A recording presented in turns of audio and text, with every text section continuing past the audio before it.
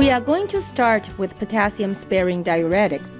In other words, we will start this series backwards, from medications working on the collecting tubule ducts of a nephron, upstream to distal convoluted tubule, loops of Henle, and then to the proximal convoluted tubule. Since the last medication we discussed was aldosterone antagonists, continue with the same medications should better help us comprehend and memorize the content.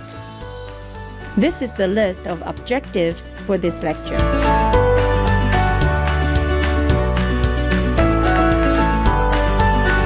If you have taken the lecture on overview of nephron and diuretics, you are probably familiar with this portrait. Anyway, let's have a quick review here. Aldosterone and antidiuretic hormone are the two hormones affecting the reabsorption and excretion of the cations and reabsorption of water. Aldosterone promotes synthesis of sodium channels and the sodium-potassium adenosine triphosphatase pumps. Therefore, it promotes the reabsorption of sodium. In addition, aldosterone facilitates the excretion of potassium. Antidiuretic hormone, ADH, promotes reabsorption of water. Aldosterone antagonists, like spironolactone, binds to the intracellular receptor. The spironolactone receptor complex then inhibits the translocation of the receptor complex from cytoplasm into nucleus. Subsequently, mediator protein needed to stimulate sodium-potassium exchange site cannot be produced. The result is inhibition of both sodium reabsorption and potassium secretion. Serum potassium is increased. Therefore, spironolactone is known as a potassium-sparing diuretic. Potassium-sparing diuretics take effects on the cells at the collecting tubule/duct. These medications block the effects of aldosterone, resulting in excretion of sodium and retention of potassium. Here is what differentiates a potassium-sparing diuretic from other diuretics. Potassium-sparing diuretics retain potassium in the bloodstream. Monitoring serum potassium level is important when the patient takes medication from this group. After interrupting aldosterone at the collecting tubule ducts, a potassium-sparing diuretic decreases blood pressure and preload. This group of medications belong to the class of antihypertensives. In addition to spironolactone and eplerenone, there are also amiloride and triamterene. Adverse effects of a potassium-sparing diuretic are dose-related. High-dose diarrhea, as well as headache, dizziness, and fatigue are commonly reported side effects.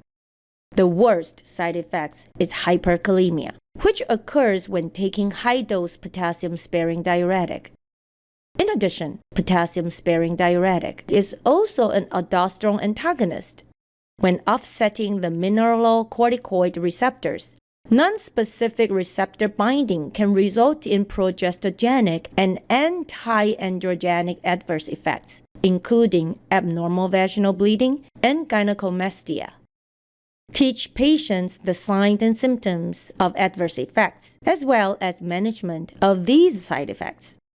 Patients should report to the physician if experiencing any of these side effects. Hyperkalemia warrants a thorough patient history intake and physical assessment because various patient factors can contribute to the incidence of hyperkalemia. The single most significant risk factor is the level of renal function. A potassium-sparing diuretic is not prescribed to a patient whose pre-therapy potassium level at more than 4.5 milliequivalent per liter. Other risk factors include usage of medication, using high dose of potassium-sparing diuretics, and using potassium-sparing diuretics in combination with other medications that can alter potassium levels can lead to hyperkalemia. To avoid high potassium diet should be included in patient education. When the patient is using a potassium-sparing diuretic, just like any antihypertensive, blood pressure and heart rate should be monitored prior to administering every dose of medication. While this medication is to treat hypertension, patients should be taught on monitoring the adverse effects of hypotension. Include prevention of orthostatic hypotension in patient education. Take medication with food to avoid GI irritation. Food to help alleviate diarrhea includes white starch, such as potatoes, white rice, and white bread. The patient should be educated to avoid operating machineries when initiating treatment or if experiencing central nervous system adverse effects, including headache, dizziness, drowsiness, lethargy, and fatigue. Call 911 if experiencing any anaphylactic symptom. The diuretic effect of potassium-sparing diuretics or aldosterone antagonists are not comparable to that of other diuretics. However, they have a special feature of keeping potassium back in the blood. Clinically, potassium-sparing diuretics are usually used in combination with either thiazide or loop diuretic to increase the diuretic effects. Spironolactone is a choice of diuretic for hepatic cirrhosis. In addition, spironolactone is also effective in treating edema in nephrotic syndrome. These two conditions are caused by secondary hyperaldosteronism. Aldosterone leads to cardiac remodeling. When a potassium-sparing diuretic antagonizes aldosterone, it can then prevent remodeling in heart failure. Potassium-sparing diuretics or aldosterone antagonists are now an add-on medication to treat resistant hypertension. The effects of spironolactone take place in weeks and last for months, with no discrimination on ethnicity. Spironolactone can be used for diuretic-induced hypokalemia. Spironolactone has an additional hormonal effect. It blocks androgen receptors. High-dose spironolactone counteracts the synthesis of steroid. This feature gives spironolactone an off-label usage for polycystic ovary syndrome. Potassium-sparing diuretics can cause harm to developing fetus. It is contraindicated during pregnancy. Also, the major metabolites is excreted in breast milk. Thus, it is also contraindicated for breastfeeding. By now, I hope that we have the idea that medication working on RAS are contraindicated for both pregnancy and lactation. Of course, this medication is also contraindicated to patients who are allergic to it. Other contraindications include acute renal insufficiency with anuria, Addison disease, or hyperkalemia. Hyperkalemia is defined when serum potassium level is 6.0 milliequivalent per liter or higher. Use potassium-sparing diuretics with caution on patients who have fluid and electrolyte imbalance or those with impaired kidney or liver function. Nursing care for contraindication include the following two principles: thorough medical history intake and physical assessment, HMP. This is what helps us identify risk factors that could lead to undesired event caused by using medication on contraindications. Teach the female clients to report to the physician for changing medication if being pregnant. Discuss with the patient regarding alternatives to breastfeeding.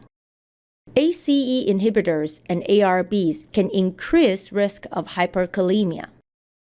Acetylsalicylic acid may decrease the therapeutic effects of spironolactone. NSAIDs can decrease the effect of spironolactone. Spironolactone can decrease the anticoagulant effects. Low molecular weight heparin puts the client at risk for hyperkalemia. Cholestyramine puts the client at risk for both hyperkalemia and metabolic acidosis. Spironolactone can affect the renal clearance of digoxin and lithium, leading to toxicity of these two medications. Nursing care for drug-to-drug interactions include: make a list of medications, monitoring potassium levels when patients use medications that can alter potassium levels. Such medications include ACE inhibitors, ARBs, heparin, cholestyramine, NSAIDs, potassium supplement, potassium-sparing diuretics, etc. Monitor the therapeutic effects of aldosterone antagonist / potassium-sparing diuretics. Increasing doses might be needed when patients use spironolactone with medications that decrease the therapeutic effects. Medications like such are acetylsalicylic acid, aspirin, and other salicylates. Monitoring PT and INR when patient is also on anticoagulant. Monitoring for drug toxicity if the patient is also on digoxin or lithium. Licorice may block ulcer healing and increase the risk of hypokalemia. Potassium-rich diet such as salt substitute, citrus fruits, and tomatoes increases risk of hyperkalemia. We should advise the patient not to take licorice together with spironolactone. We should monitor patient's potassium level routinely when the patient's on medication. Potassium imbalance is an issue when patient takes antihypertensives that works on RAS. Teach the client on how to avoid hyperkalemia through proper diet. This medication is best taken in the morning to avoid nocturia. If there is a second dose, let's take it in the early afternoon with food. Patient should be advised of possible breast enlargement or tenderness caused by sexual hormone-like effect. The diuretic effect occurs in 2 to 3 days, but the maximum antihypertensive effect occurs in 2 weeks. Spironolactone is the first generation of potassium-sparing diuretics. Eplerenone is the newer generation with less hormonal adverse effects. Both amiloride and triamterene have weaker diuretic effects comparing to the other two potassium-sparing diuretics. Amiloride targets on the renal epithelial sodium channel, while triamterene impedes the function of sodium proton exchanger. They reduce the reabsorption of sodium and indirectly decrease loss of potassium. Amiloride and triamterene do not cause as much adverse effects as spironolactone and eplerenone. Less hyperkalemia incidents are reported with these two medications. They are commonly used in combination with thiazide. Thank you for taking this lecture with me. I look forward to seeing you in the next lecture.